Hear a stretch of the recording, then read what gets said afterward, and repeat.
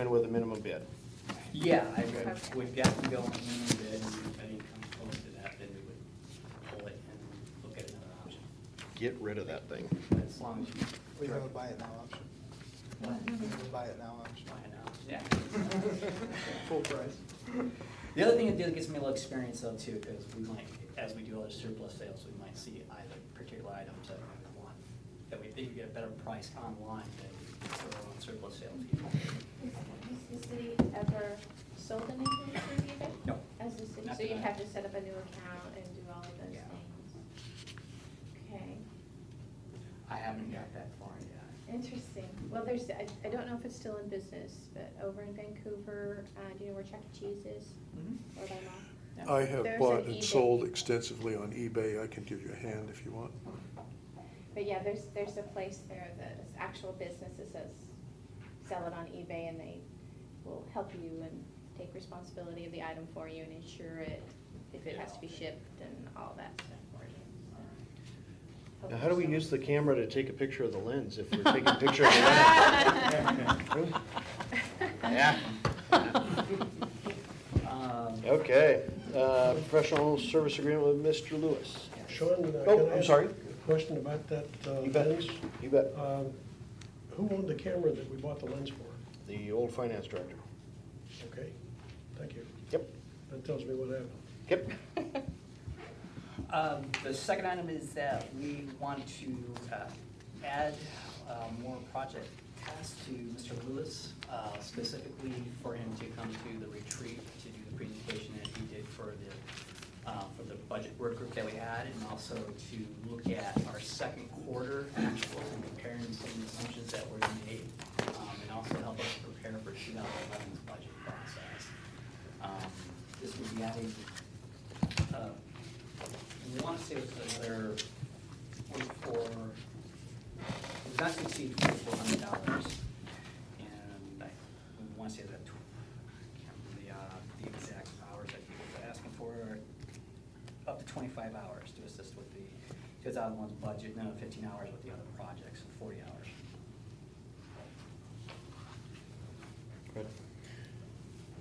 Yeah, I see the 4,400 and I can hear somebody saying, hey, how come we're spending that? But this guy has saved us hundreds of thousands of dollars. And so I think it's something we need to get his input and move forward into the next budget. And I'm not sure that we'll end up using up all of the time. I had asked David to talk with him and get a realm of hours that we could have available so we don't keep coming back. We certainly want to have him involved in the planning session on the 31st to bring all the rest of the council up to speed on the entire process that he led going through the financial analysis and going into the budgeting process.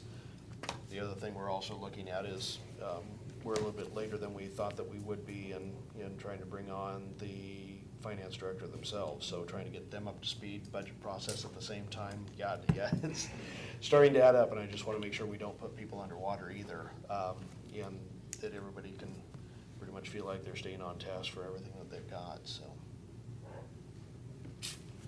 So again, this is an inflated number of hours, and Paul certainly has a feel for what it's going to take for him to do things and that type of stuff, but some of those, that 25 hours in there of budget prep is completely unstructured at this point because we don't know what we'll be asking him for yet.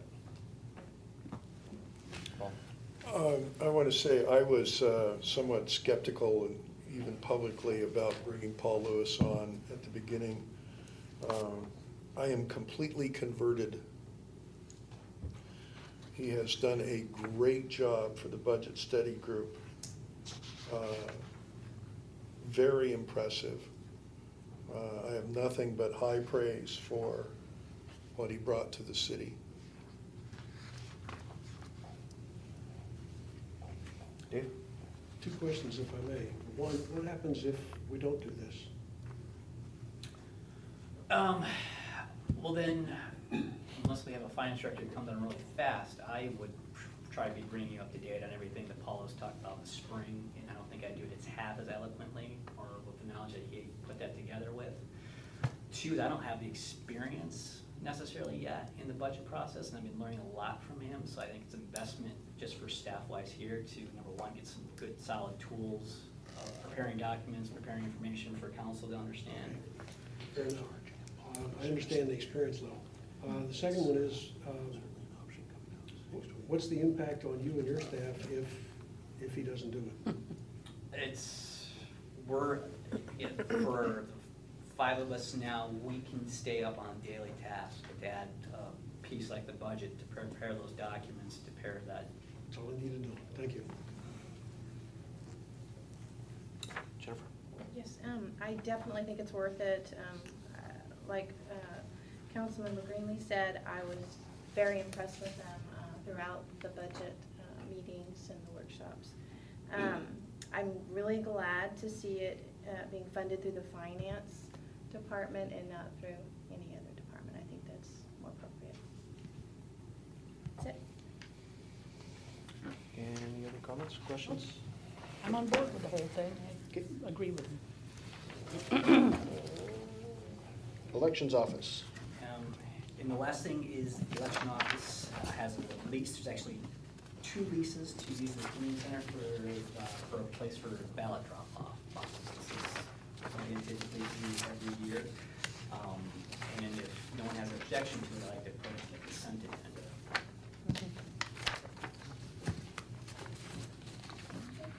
agenda. Revenue for the city? None. $35. No. Do we really charge them that? They offered it, so I'm not going to question.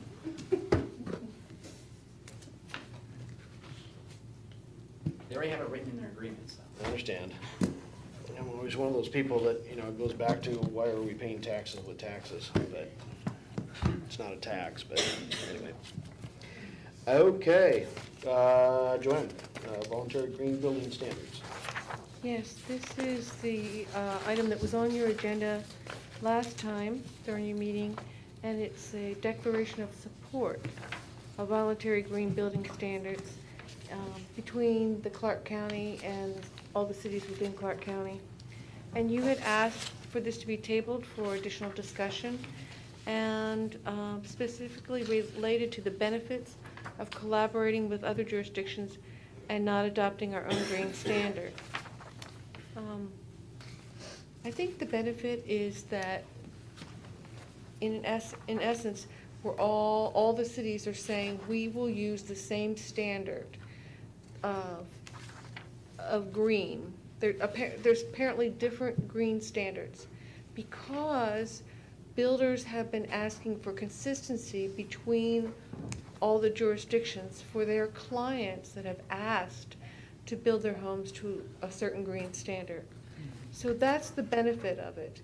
Yes, we could adopt our own, we could adopt the same one separately, but there really is, I can't see a downside to being a partner in this. And it was written by the the National Building Association, Code Council, excuse me, and the National Builders Association, and it's supported by our local Building Industry Association. We don't always get the BIA's support on something, but they're looking for consistency as you go to each jurisdiction. I know that some of the council have issues maybe with the wording in the preamble of the agreement, but it's really discussing the funds that were received that we may not agree with here, of how